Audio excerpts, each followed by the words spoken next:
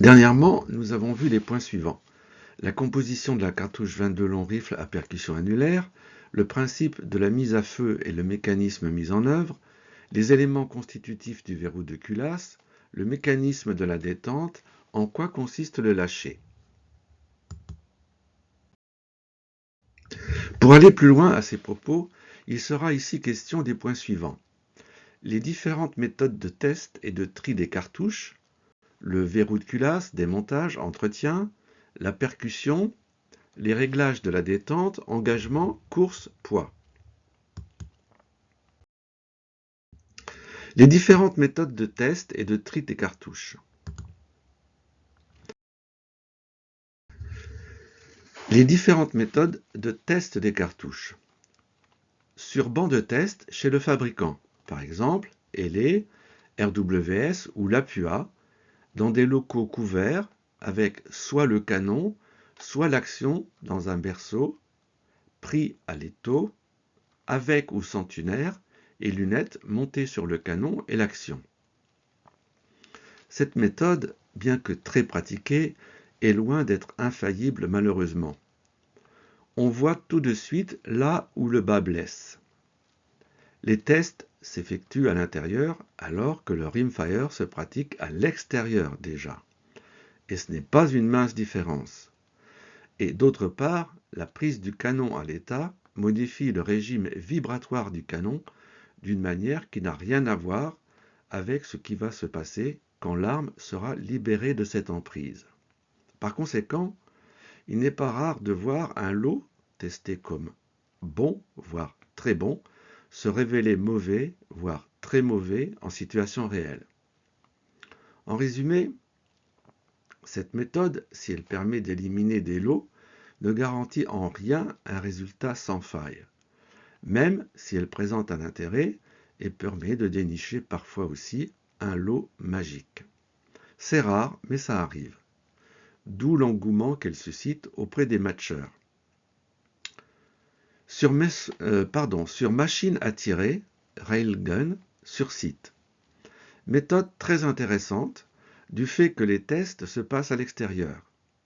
Pour autant, la difficulté ici va être la pénurie possible de lots à tester, même si la visite chez le fabricant n'est en rien le gage d'y trouver nombre de lots à tester, ce qui a été le cas ces derniers temps. L'autre difficulté est le lâcher, qui doit être effectué à intervalles réguliers, être ni trop long ni trop court pour être parlant.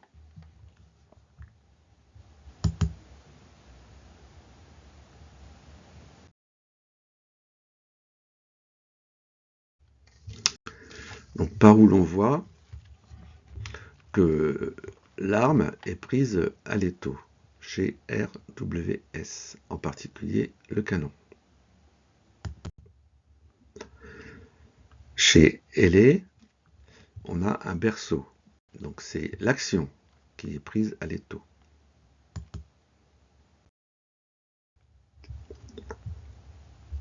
Et chez Lapua, on a le même principe.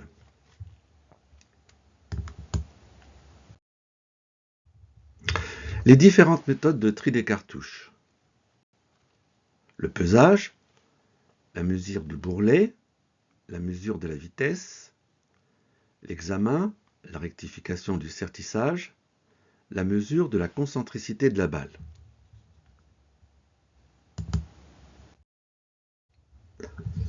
Voici quelques clichés pour illustrer ces différentes méthodes.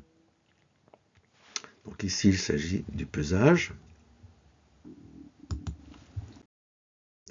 Là, d'un instrument qui va servir à mesurer l'épaisseur du bourrelet. Un chronographe pour mesurer la vitesse. Et un outil pour mesurer la concentricité de la balle.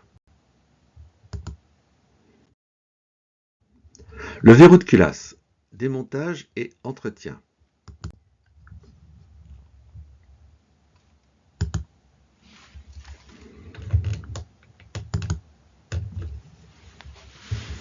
Alors je vous ai mis ici un lien qui pointe vers une vidéo de démontage d'une culasse, en particulier la Stiller 2500X.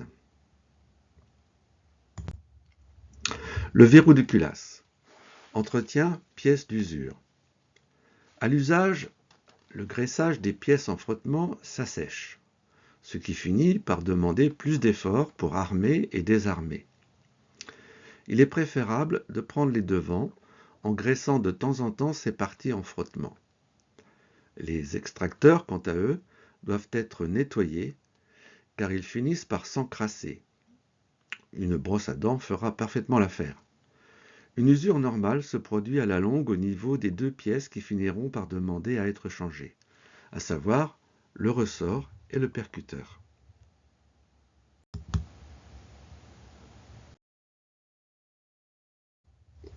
La percussion.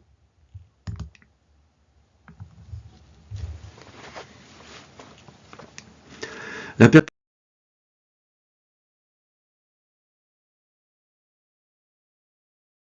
doit être franche et régulière. Pour ce faire, il importe de vérifier de temps à autre l'effet de cette percussion sur le bourrelet de la cartouche tirée, pour s'assurer que l'impact est toujours aussi large et profond qu'au début. On peut aussi mesurer la course du percuteur. Pour mesurer cette course, le verrou désarmé, on mesure la partie protubérante de l'arrière du verrou. On trouvera une dimension que l'on appellera L1. Puis, le verrou armé, on prendra la mesure de cette même partie protubérante qu'on appellera L2. Et on obtiendra par L1 moins L2 notre mesure de la course du percuteur, si possible au centième. Et on pourra ainsi changer le percuteur si nécessaire.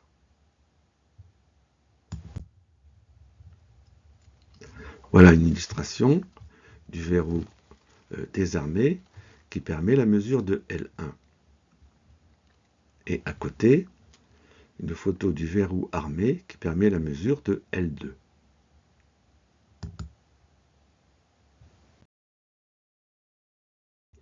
Réglage de la détente, course, poids.